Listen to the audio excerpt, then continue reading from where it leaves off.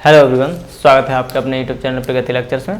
तो जैसे कि आप सभी जानते हैं कि हम केमिस्ट्री का कक्षा 12 की केमिस्ट्री का पहला चैप्टर पढ़ रहे थे, सॉलिड स्टेट, ठोस अवस्था, और उसमें हमने 4 लेक्चरों को बहुत ही डिटेल में पढ़ लिया है। तो मैं आशा करता हूँ वो चारों ही लेक्चर वो आपके आसानी से समझ में आ गए होंगे। तो जैसे कि हमने जस्ट जो लेक्चर पढ़ा था, लेक्चर नंबर 4, उसमें हमने पढ़ा था यूनिट सेल के प्रकार, यानी कि एक कोशिका के प्रकार। और आज हम लेक्चर नंबर 5 में पढ़ने वाले हैं एक कोशिका में अवयवी कणों की संख्या कितनी होती है। लेक्चर नंबर 4 में हमने पढ़ा था कि यूनिट सेल और एक कोशिका कितने प्रकार की होती हैं, यानी जितनी भी एक कोशिका हमने लेक्चर नंबर 4 में पढ़ी थी, आज हम उनमें ये चेक करेंगे कि उनमें एक एक कोशिका में कितने अवयवी कणों की संख्या होती है। तो करते हैं फिर शुरू। तो सबसे पहली जो एक कोशिका है वो है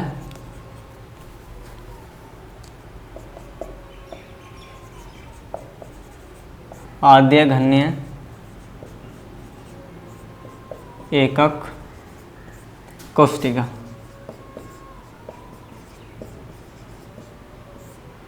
ठीक, सरल एक कोशिका भी कहते हैं, SSC। और प्रिमिटिव और सिंपल यूनिट सेल भी मैंने आपको इसके नाम बताए होंगे, वो इंग्लिश में कहते हैं इसे।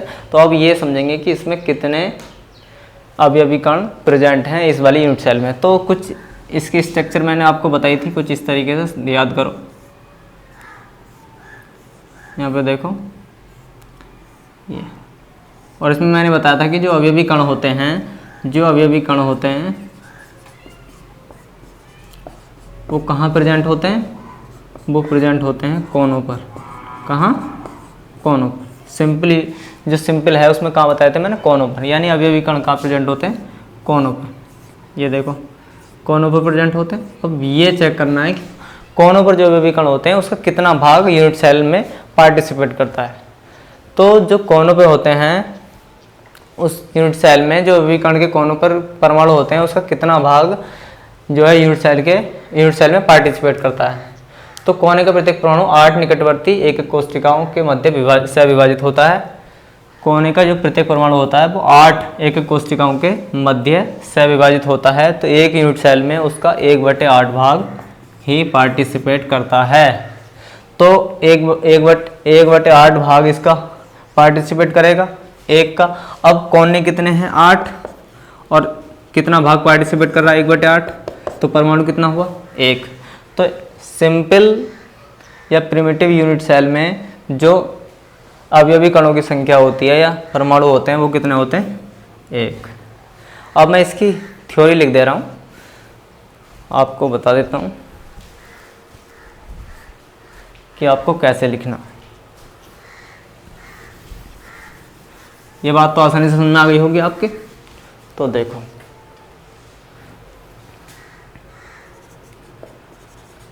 आद्य घन्य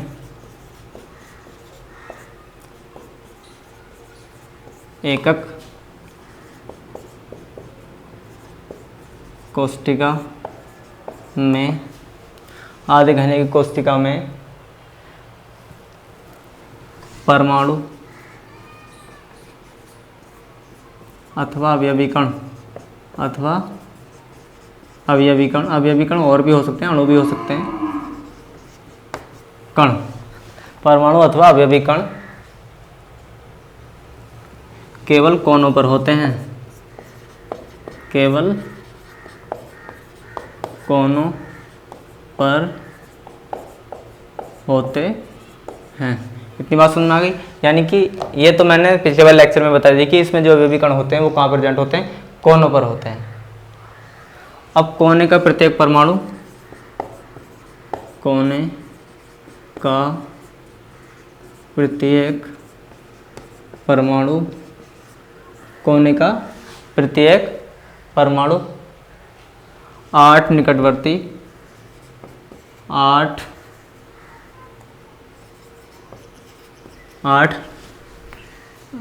बन जा भाई, 8 निकटवर्ती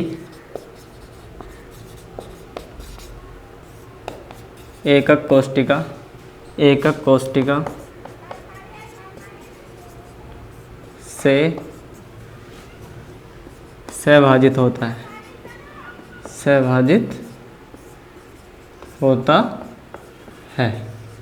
तो अब उसका जो है जो परमाणु कोने का उसका जो है कितना भाग यूनिट सेल में आता है, 1/8 भाग आता है। तो आधे है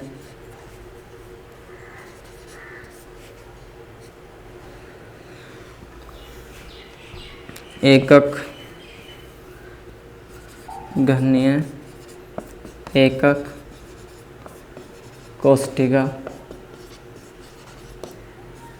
में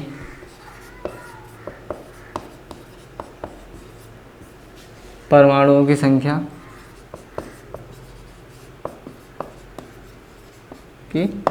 वो कितनी हो जाएगी। देखो अब 8 कोने हैं और एक कोने पर कितना परमाणु पार्टिसिपेट कर रहा है, 1/8।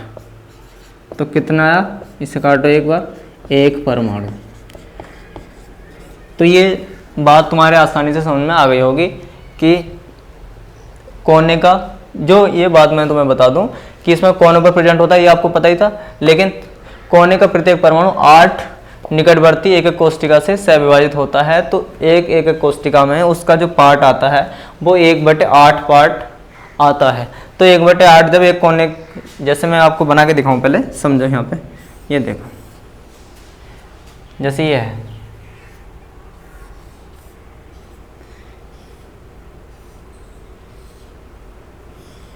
ये अब ये होंगे बिल्कुल इस तरीके से परमाणु प्रेजेंट। ठीक, अब ये जो कोई भी कोने का परमाणु है ये 8 के कोष्ठिका में पार्टिसिपेट हो रहा है, 8 यानी 8 यूनिट सेल में सह विभाजित हो रहा है। तो एक यूनिट सेल में जो इसका भाग आएगा वो आएगा कितना, 1/8। कितना आएगा, 1/8 भाग आएगा इसका। तो अब हम बात इसी करेंगे कि इसमें कितने हो गए। अब कितने कोने हैं, 1 2 3 4 5 6 7 8, 8 कोने हैं और एक में कितना आ रहा है, 1/8। तो 8 से 8 कट जाएगा, आंसर कितना जाएगा, 1। तो एक परमाणु इस एक के कोष्ठिका में होगा। हम चेक भी कर रहे थे कि कोष्ठिका में अभिकरणों की संख्या, तो जो घन्य है, जो आद्य घन्य के कोष्ठिका में उसमें जो कणों की संख्या है वो कितनी है, 1। तो ये वाली बात बहुत आसानी से आपकी समझ में आ गई होगी। तो अब हम नेक्स्ट पढ़ते हैं अगले को। एक बात और बता दूं, ये जो क्यूब है ये क्यूब कैसा है, या फिर रियल में जो सॉलिडों में अरेंजमेंट होता है वो कैसा होता है। डिजिटली बोर्ड तो अपने पास है नहीं, लेकिन मैं किताब के सारे आपको समझाने की कोशिश करूंगा कि ये जो इमेज आई है या ये फिगर है ये किस तरीके से है। तो ज़रा मैं NCERT उठा लेता हूँ और उसमें समझाने की कोशिश करता हूँ। जैसे सिंपली उठा लेते हैं हम पहले। जैसे ये देखो, आपको दिख रहा होगा ये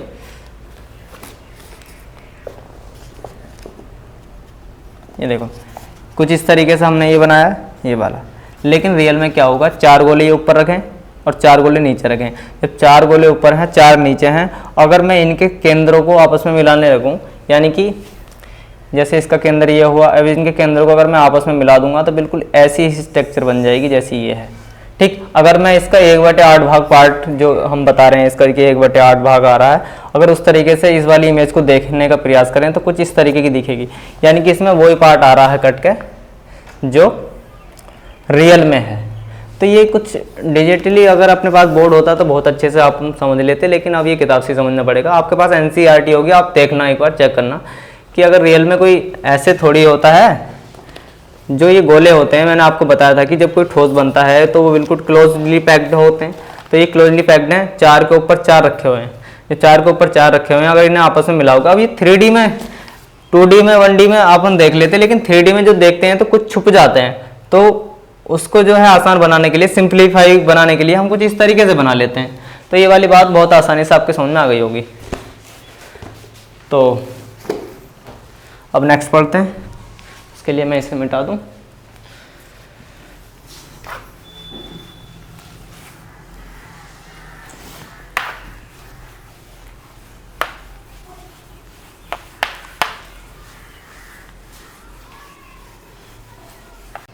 तो नेक्स्ट पढ़ते हैं फलक केंद्रित एक एक घन्य के कोष्ठिका। तो फलक केंद्रित एक एक घन्य कोष्ठिका में मैंने आपको बताया था कि जो अवयवी कण होते हैं वो इसके कोनों पर और इसके फलकों पर प्रेजेंट होते हैं। अब इसके कोनों और फलकों पर प्रेजेंट होते हैं। लो मैं बना के दिखा दे रहा हूँ।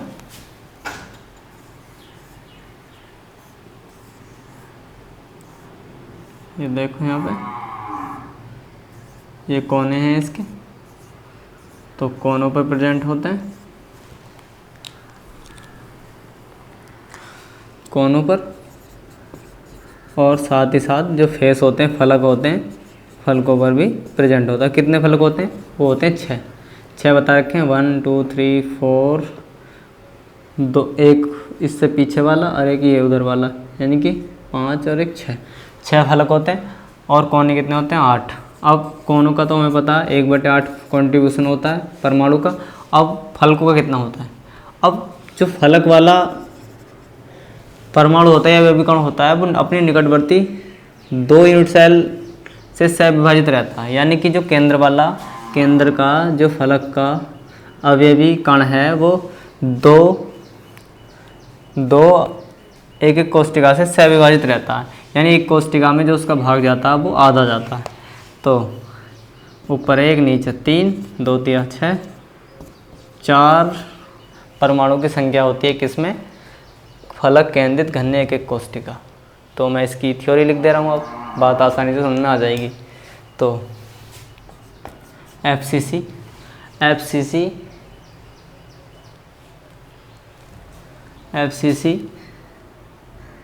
एक एक कोष्टिका में अवयवी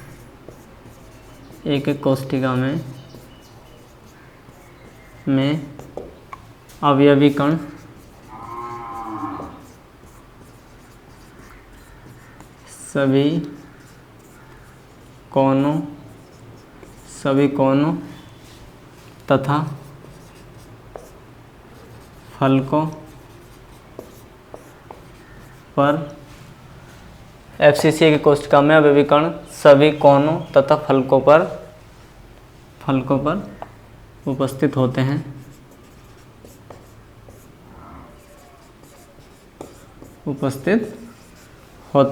तो ये वाली बात बिल्कुल आसानी से आपकी समझ में आ गई होगी।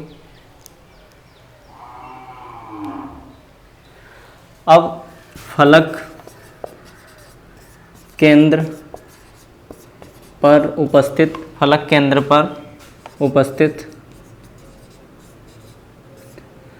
प्रत्येक परमाणु या अवयवी कण प्रत्येक अवयवी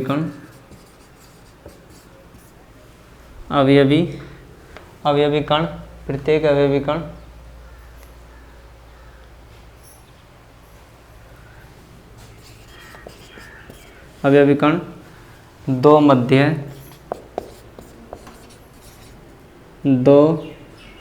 मध्य एक एक कोष्टिका या 2 एक एक कोष्टिका के मध्य 2 एकक कोष्टिका के मध्य सहभाजित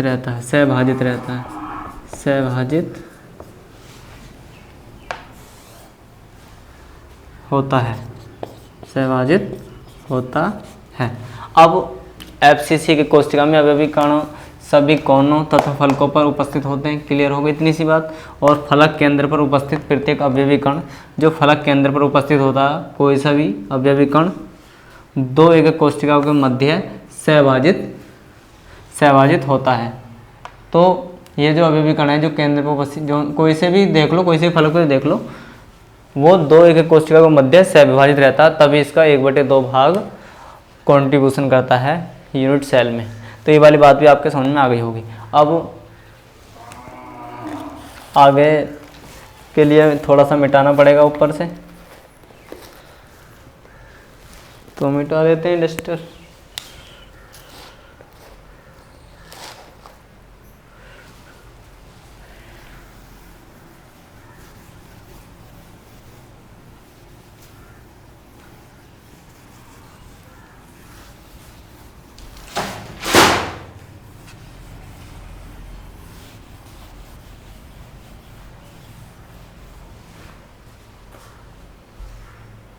आठ कोने के परमाणु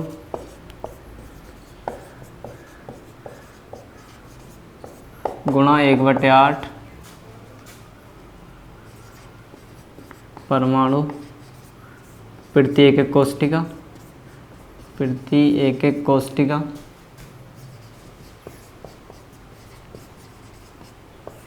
तो 8 गुणा 1/8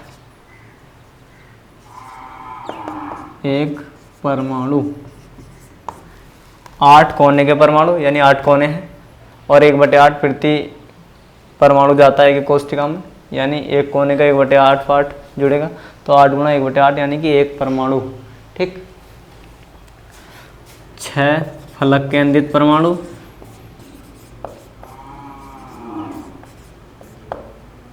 परमाणु गुणा 1/2 परमाणु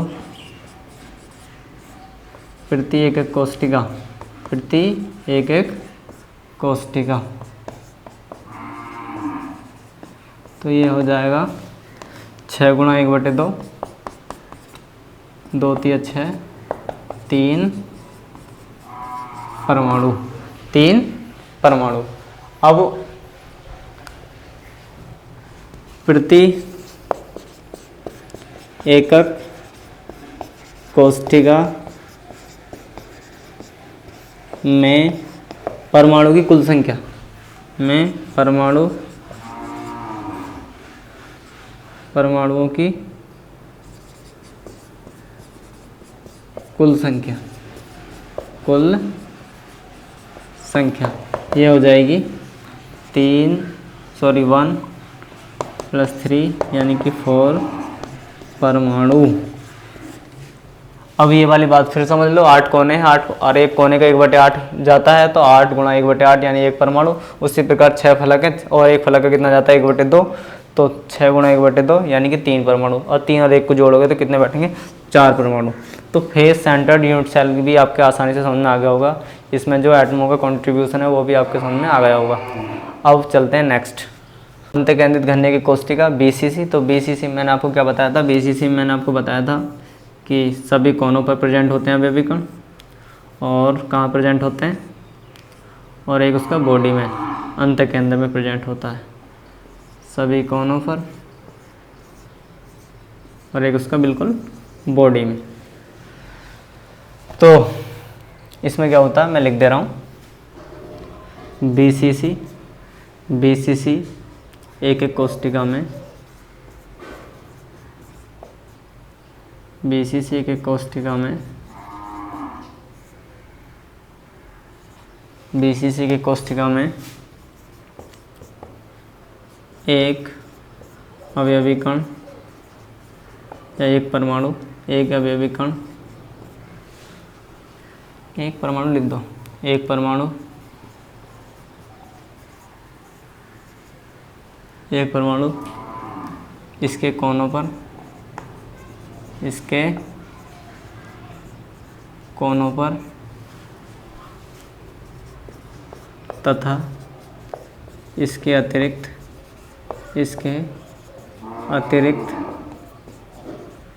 अतिरिक्त एक परमाणु